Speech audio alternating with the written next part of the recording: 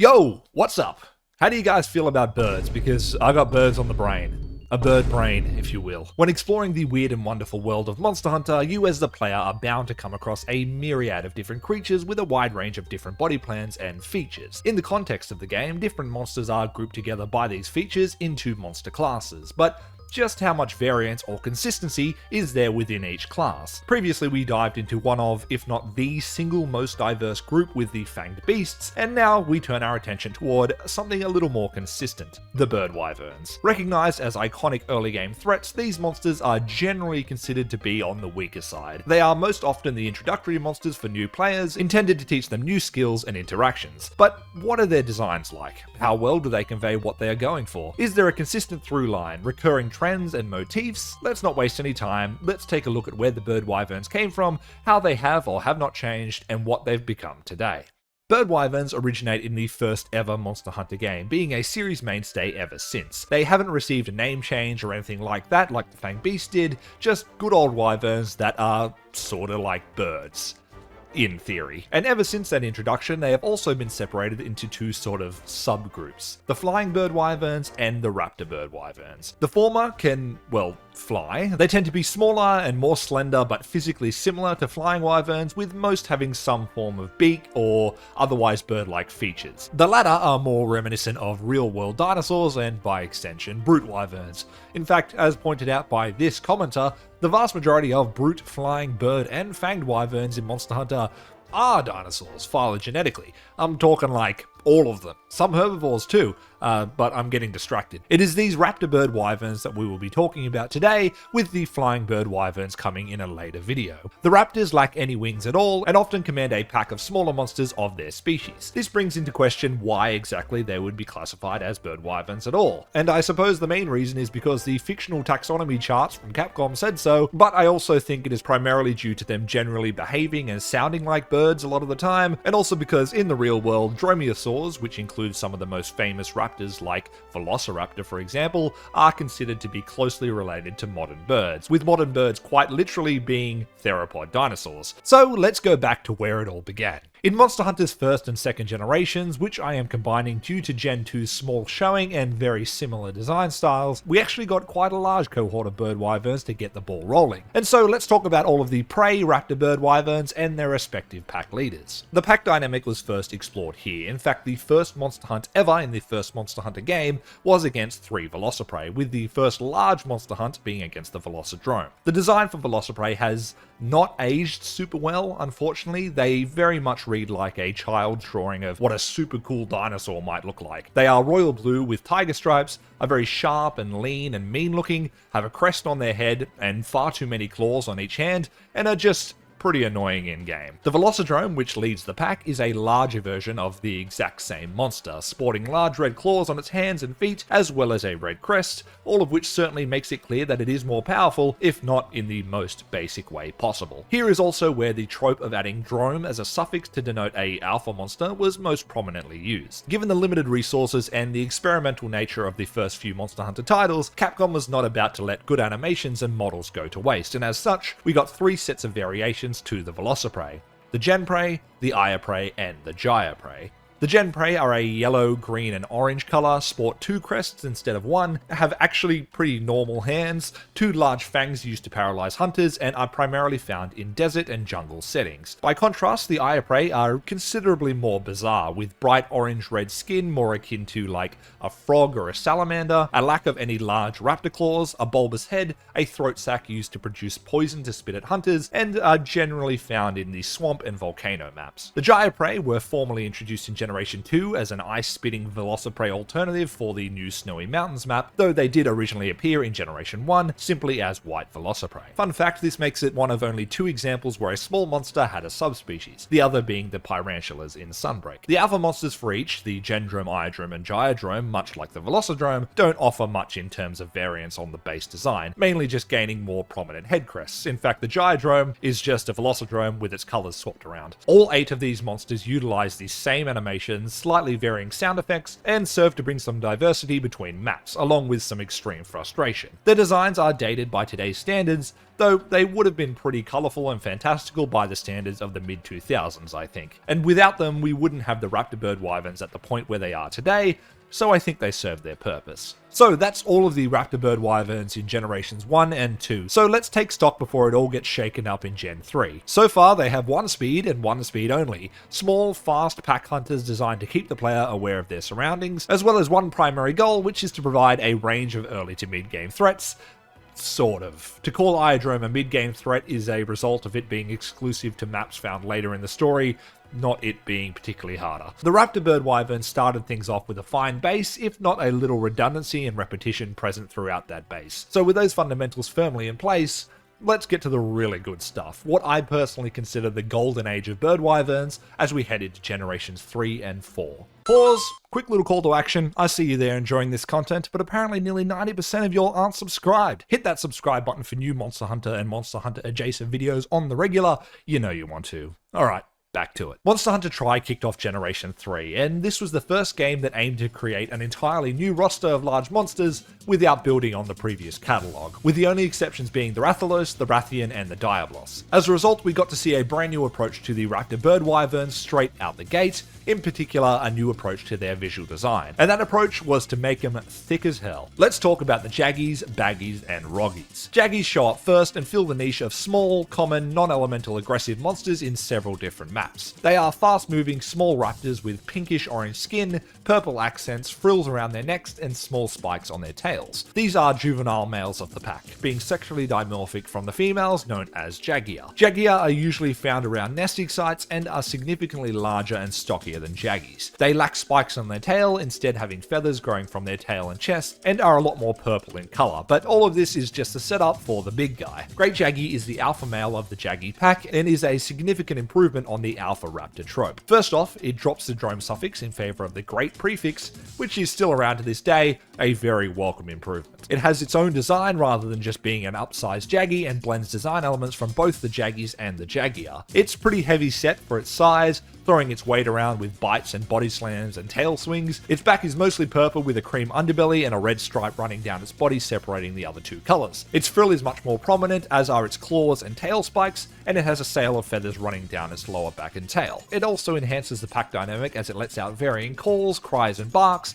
to summon and command the Jaggi around it, making for a more dynamic hunting experience, even if this is the intro monster for Monster Hunter Tri. Much like Gens 1 and 2, Capcom's not one to let a perfectly good set of models and animations go astray, and so we got a variation on the Jaggies in Tri, known as the Baggies, and then another one in Monster Hunter Portable 3rd, known as the Roggies. The Baggies are blue and yellow raptors found in the Tundra map, and later in the Frost Islands in Monster Hunter Rise. These are my personal favourites of the trio, mainly due to their head shape and visual design. It's just kinda cool. They spit a tranquilizing saliva and are portrayed as more nomadic, aggressive, and vicious when compared to the Jaggies, and as such lack the dimorphism between males and females, with all normal Baggies being small and fast. Roggies, in contrast, are more akin to Jaggia, with all of them being larger and stockier than a Jaggi or a Baggi, and are very reminiscent of the Eye of Prey due to their orange frog-like skin and poison spit attacks, almost like it's a second try at making a better design, which I think works in its favour. They are absolutely more bizarre looking though. They've got throat sacs and long pointed faces, almost reading visually like a beak. The alpha monsters for each group, the Great Baggi and the Great Roggi, assume the same role as the Great Jaggi, being larger, more solid versions of their packmates with their own designs. The Great Baggi features a far heavier build and a large crest jutting from its head and nose, and the Great Roggi is again much larger with a bigger throat sac, yellow scoots running down its back, and this stingray-like tail. This trio of monsters serves to really drive forward the pack dynamic of the Raptor Bird Wyverns, though it does sacrifice any semblance of bird-like attributes in the process, often just straight up using brute wyvern animations for their walk cycles and some of their tail swings and other attacks. The next monster on the list doesn't really fit neatly into either of our two categories because it is the first and at this stage only non-aggressive bird wyvern, and so I'm just going to include it here. It feels like it fits the best. Filling the role of the herbivore in maps such as the Misty Peaks,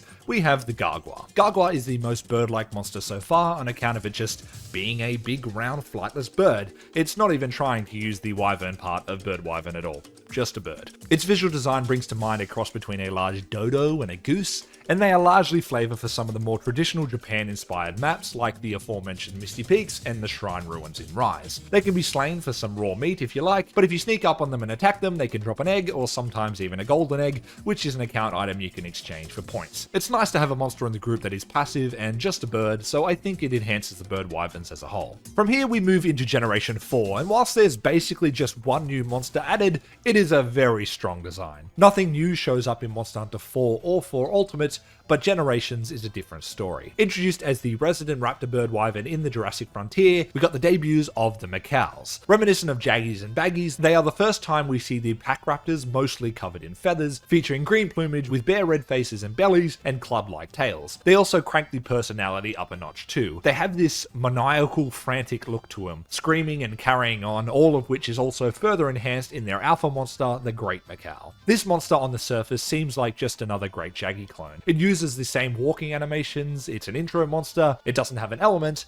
but once combat begins, it's clear that this is not the case. The sheer lunatic energy the Great Macaw conveys is a perfect example of the character and personality that the bird wyverns bring to the table. Its attack patterns are a series of punches and kicks, standing up on its tail like some sort of cartoon kangaroo. It's silly by all accounts, but it's absolutely delightful. Of particular note are the screams that it lets out before it launches at you off its tail, and the animation of it coming out of some of its big attacks, throwing its head around and up in the air almost as if it's throwing a tantrum. It's got so much character without breaking Monster Hunter's pseudo-realistic vibe. And now, before we head into Generation 5, let's once again see where we're at. Contrasting against the likes of the Fanged Beasts, rather than diversifying the class, Capcom seems to be focused on refining it, developing on the tropes established and using them to their advantage. There's clear direction with the Raptor Bird Wyverns, building upon their pack dynamic and making them feel more coherent as a group, giving the newer designs more believability and characterization. But does this continue into the more modern entries? Let's find out. With the beginning of Generation 5, we of course got Monster Hunter's first big stride and solidification as a global franchise with Monster Hunter World. As a result of World's success, many of the monsters in it were the first that new players had ever seen from the franchise, and so they had to make quite the impression. With regards to additions to the Bird Wyvern class, there are a few new entries that actually opted to do things a little bit differently this time around. With the diversification of the Fanged Wyverns filling the niche of pack predators, our two new Raptor Bird Wyverns were actually entirely solo monsters, with the first one being Kuluyaku. Kuluyaku was the secondary intro monster in World behind the Great Jagras, and it draws its inspirations from a combination of a dodo and an oviraptor. With World also amping up the ecological traits of the monsters, Kulu could be found running around and stealing eggs from nests, as well as picking up and interacting with other egg-shaped objects, I suppose, with its strong forearms. It has very quickly become a pretty iconic early game monster in its own right though, featuring prominently in World and Rise, and being a focal monster in the Final Fantasy crossover quest. Unlike previous Raptor Bird Wyverns, the nature of not having little packmates to control means that it is a more focused, less chaotic fight, but I would say Kuluyaku makes up for that in its frantic behavior and mannerisms, generally giving the vibe that it is entirely out of its depth in any interaction it has with anything ever, almost straying into comic relief territory. Slightly more powerful, but no less goofy than Kuluyaku is Ziziyaku. Whereas Kulu is more bird, particularly with the head design, Zizi looks more like a dinosaur out of Jurassic Park, albeit with a huge silly crest on its head. This guy wanders the Coral Highlands, using that crest to flashbang anything it comes across before scampering off away from danger. Its fight is pretty similar to Kulu's, with a lot more kicking and tail swings, and less rocks and eggs. These two might not really be on many people's top 10 lists of monsters,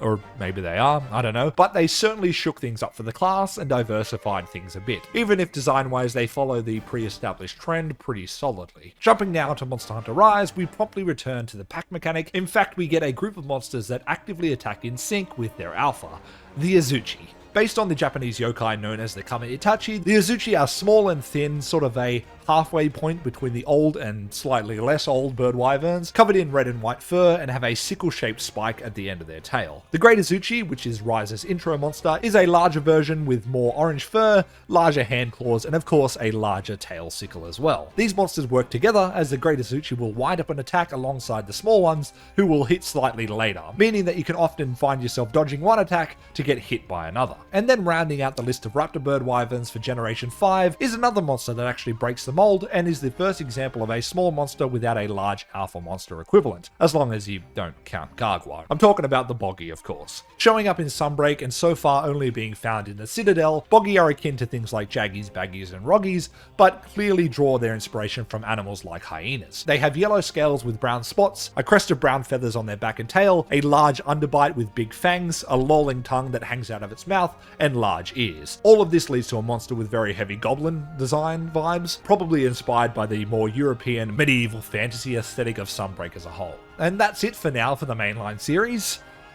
Well, it would be if we didn't also have a couple of new entries coming up in Monster Hunter Wilds next year, and so kicking off Generation 6, aside from Kutku's return, I'll get to the not so important one first, the Talioth. Now, I'm unsure if these guys are confirmed to be Bird Wyverns just yet, but they're certainly giving Bird Wyvern for sure. We've seen these guys in the beta now, and they can be found throughout the Windward Plains, generally minding their own business unless they see an opportunity to swarm a large monster. They're pretty cool. In the Plenty, they have this vibrant red coloration, they've got these hooked beaks, and in general are very pointy and aggressive looking. We're not quite sure if they have an alpha monster accompanying them just yet, but they may very well join the Boggy as being without one. And then of course, there is none other than the Sacred. Now again, I'm unsure if there's an official source having them written down as a Bird Wyvern, but in the opening of the beta, the other squad's handler theorizes that they are a Bird Wyvern, so I'm gonna go with that. The Sacreds are a new companion and mount to be utilized when traversing the new maps. They stand slightly taller than the Hunter, tend to have green scales and purple plumage over a lot of their body, though this can vary as we've seen. They have a beak, horns, and well-developed front legs that allow them to run on all fours and even glide for small periods. As with other companion monsters, they seem to have a good amount of personality,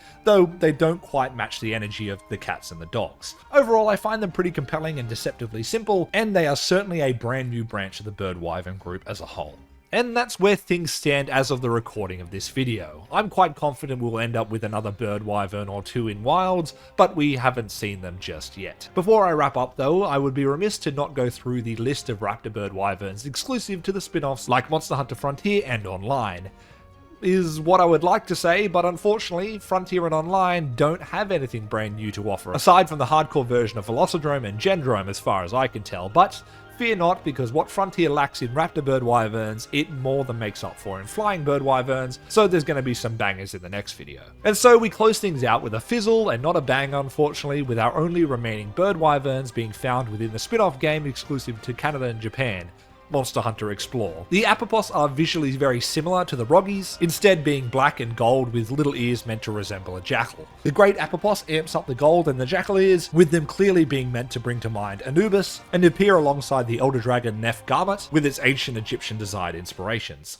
And that does it for the Raptor Bird Wyverns, but as I said, we're only halfway there. I'll be aiming to cover the Flying Bird Wyverns in my next video, so be sure to stay tuned. As for now, the Raptor Bird Wyverns are deceptively one note on the surface. Just a bunch of small, annoying monsters running around and getting in the way, but they have a role to play in the larger Monster Hunter world, and it's one I think they fill very well. Over the years, they've been enhanced and improved, and even had some mix-up with the two solo fights in Monster Hunter World, and the Sacreds now being companion monsters. They've got things figured out, and I'm excited to see the direction in the future as the tech behind monster interaction improves, and we get some cool new pack interactions. They are firmly cemented as early game threats designed to keep you aware of your surroundings and offer a more goofy and light-hearted vibe to some of the more serious stuff coming your way in the late game of Monster Hunter. They sort of break up the tension a little bit. They are an absolute staple of Monster Hunter, and I always enjoy them being around, even if they can be an absolute pain in the ass.